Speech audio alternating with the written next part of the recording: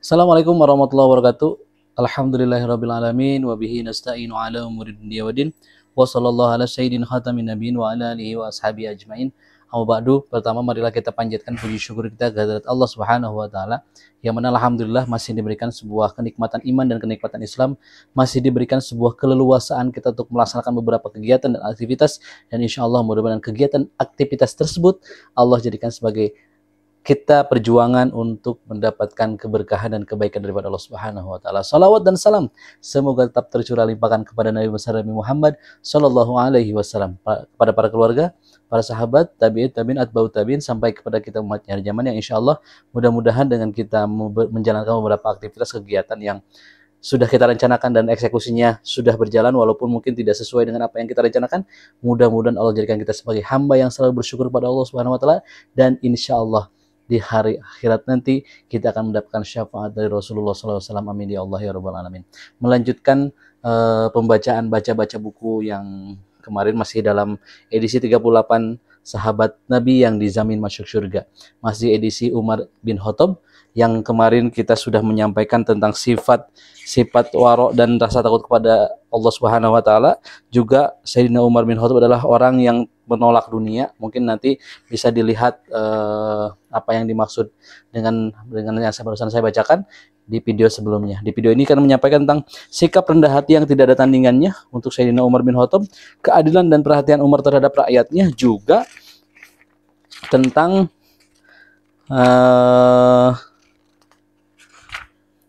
sebuah peristiwa di zaman Khalifah Umar yang mungkin nanti kita akan coba bacakan sedikit, yang mudah-mudahan bisa menambah beberapa pengetahuan yang ini adalah mungkin hanya sebagian kecil tentang Sayyidina Umar, yang mungkin nanti di buku besarnya saya juga akan membacakan ada sebuah tentang biografi daripada Sayyidina Umar bin Khattab. Bismillahirrahmanirrahim. Sikap rendah hati yang tidak ada tandingannya. Apakah di seantero dunia manusia pernah mendengar cerita yang mampu mengubah kesombongan dan tirani seorang penguasa di depan para pesaingnya menjadi seonggok batu panas yang sering dikatakuti dan yang sedapat mungkin harus dihindari di setiap kali ada jalannya? Ini jawabannya. Pada suatu hari ketika Umar radhiyallahu anhu sedang duduk bersama sahabat-sahabatnya, mendadak muncul seorang yang kelihatan susah dan bertubuh dekil dengan rambut acak-acakan seperti baru menempuh perjalanan jauh. Ia mendekati mereka. Ia mendengar ada salah satu orang mereka yang mengatakan, "Wahai Amirul Mukminin." Orang itu lalu segera menghampirinya dan dengan ketusnya bertanya, "Kamu yang bernama Umar? Kamu yang akan terkena celaka dari Allah, wahai Umar." Ia terus berlalu dengan acuh. Beberapa orang di antara mereka berusaha menyusul orang itu dengan marah, tetapi Umar melarang dan menyuruh mereka supaya kembali ke tempat duduk mereka. Umar berlari kecil di belakang orang misterius itu dengan hati gemetar.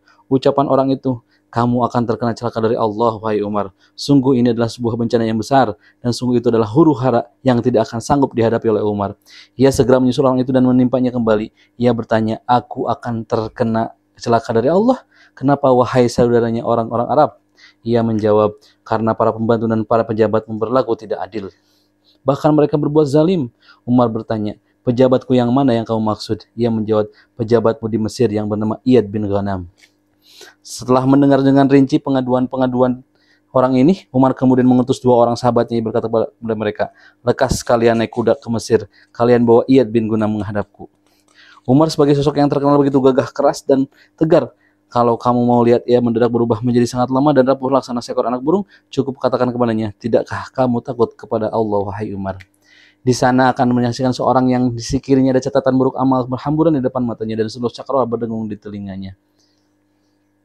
Sungguh itulah beberapa sikap rendah hati Umar, termasuk ketika pada saat ia menghampiri beranjak meninggalkan dunia. Pada saat itu di mana ketika maut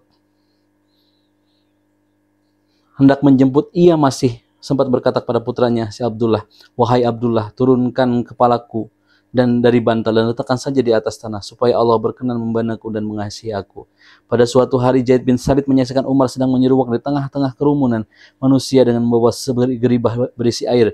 Zaid berkata, "Wahai Amirul Mukminin." Ia berkata kepadaku, jangan berbicara, biarlah aku saja yang akan berbicara kepadamu. Aku lalu berjalan bersamanya hingga ia menuangkan air dalam geriba itu di rumah seorang nenek. Selanjutnya aku diajak ke kediamannya tentang kejadian itu biar bercerita.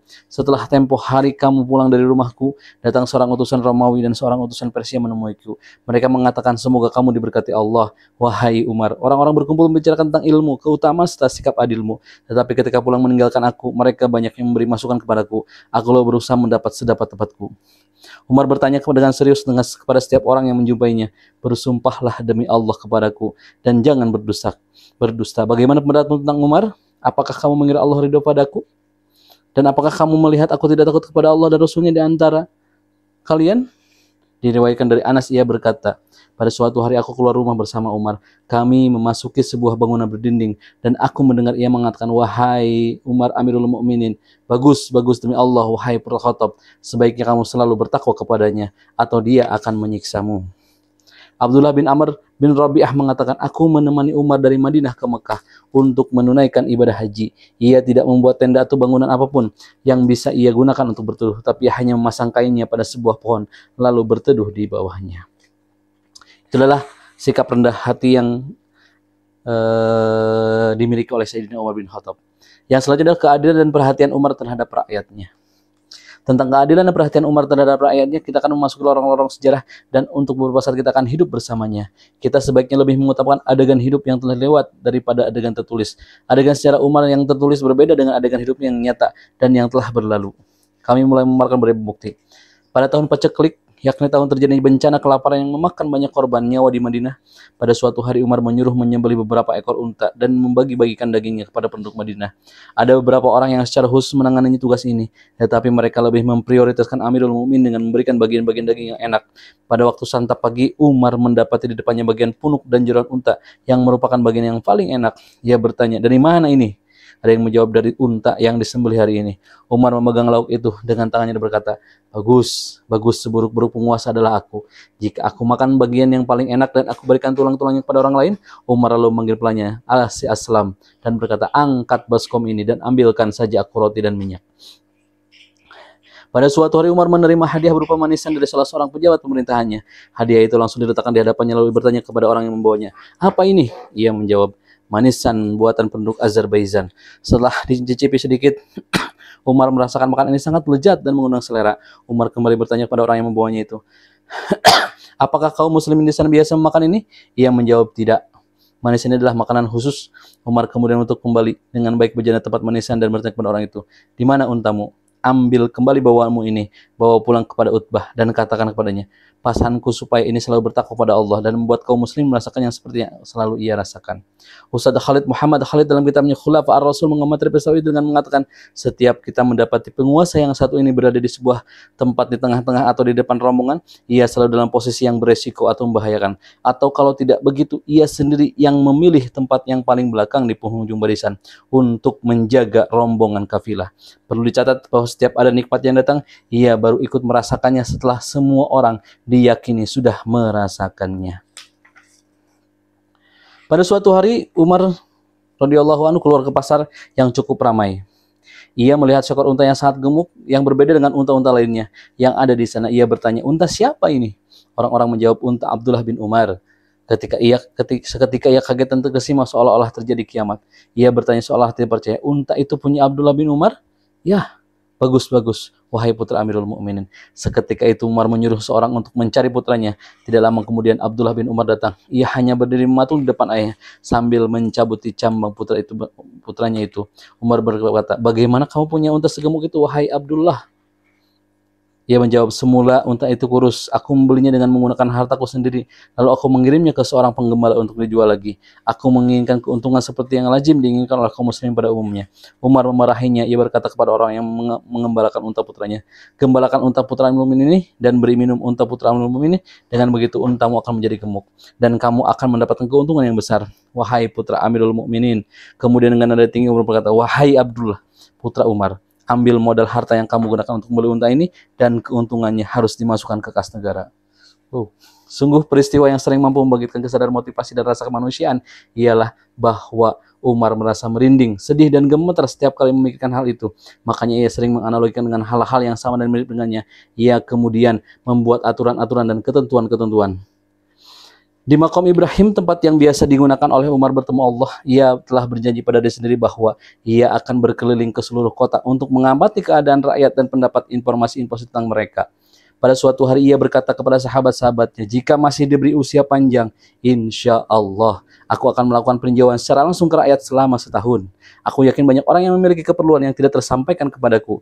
Mungkin karena tidak dilaporkan kepadaku oleh para penguasa mereka. Atau mungkin karena mereka tidak mau menemuiku.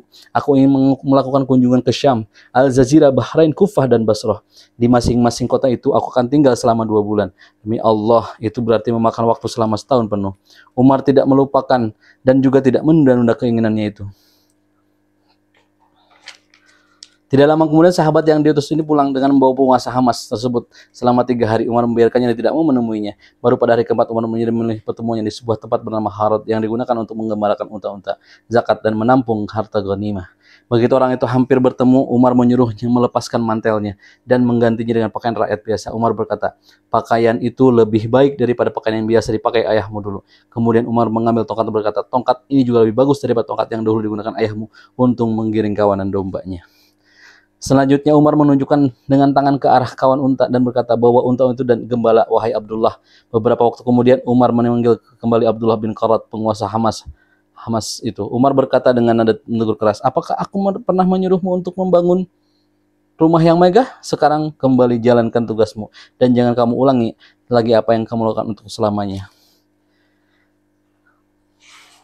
Iyas bin Salamah bercerita pada suatu hari Umar lewat di pasar dengan sarapan dengan bawa tongkat. Beliau mendapati aku sedang berdiri di tepi jalan yang ramai, dilalui banyak orang. Ia memukulku dengan ringan dan mengenai ujung pakaianku. Seraya menegurku, menyingkirlah dari jalan supaya orang-orang bisa lewat dengan lancar. Pada waktu tahun berikutnya aku baru bertemu lagi. Beliau bertanya, wahai putra Salamah, apakah kamu mau menunaikan ibadah haji? Aku menjawab ya. Ia kemudian menggandeng tanganku menuju rumahnya. Beliau memberiku uang sebesar 600 dirham dan berkata, gunakan uang ini untuk ongkos ibadah hajimu dan maafkan aku dulu pernah memukulmu. Aku berkata, wahai Amirul Mukminin, aku sudah tidak mengingatnya lagi. Umar berkata, tidak, tapi aku belum bisa melupakannya. Peristiwa demi peristiwa tentang Umar terjadi secara berturut-menurut dan saling menghilang dengan cepat. Pena saya merasa bingung peristiwa apa yang harus ia tulis. Biarkan saya penting mau.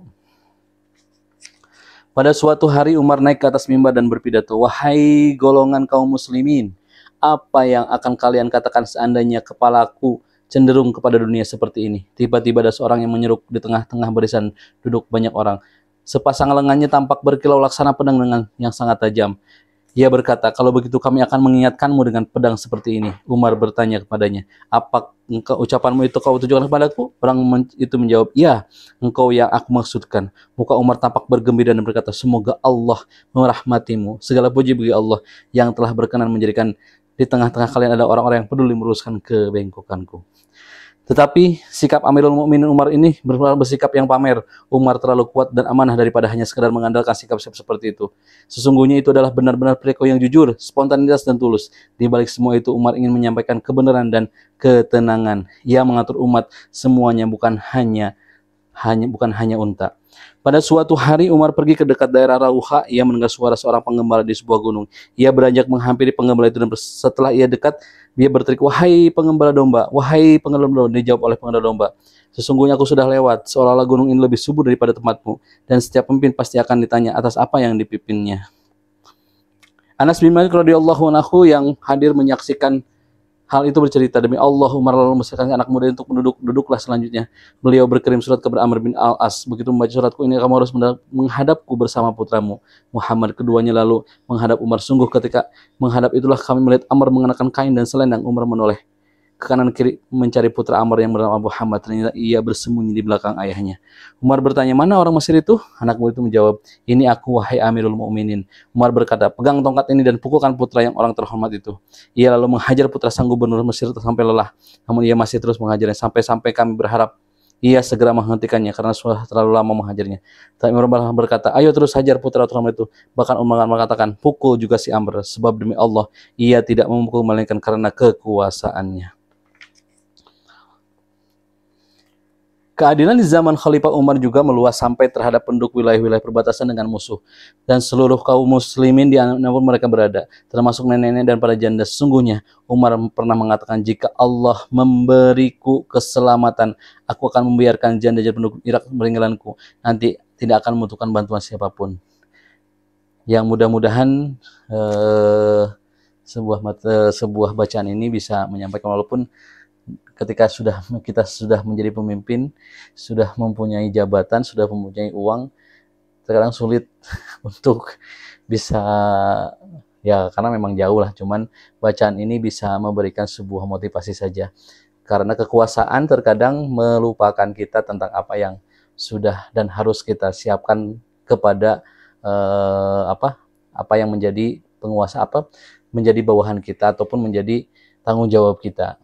Ya, banyak penguasa-penguasa di negeri ini yang insya Allah mudah-mudahan banyak yang sangat soleh, yang kita doakan mudah-mudahan pemimpin-pemimpin di negeri kita ini mendapatkan sebuah keberkahan dalam hidupnya, yang mudah-mudahan juga bisa memberikan ketenangan kepada kita sebagai rakyatnya. Amin ya rabbal alamin. Benarnya daripada Allah Subhanahu wa taala, salahnya saya juga mungkin bacanya terlalu cepat, yang mudah-mudahan seiring berjalannya waktu bisa pelan-pelan kita perbaiki bacaannya. Terima kasih. Wassalamualaikum warahmatullahi wabarakatuh.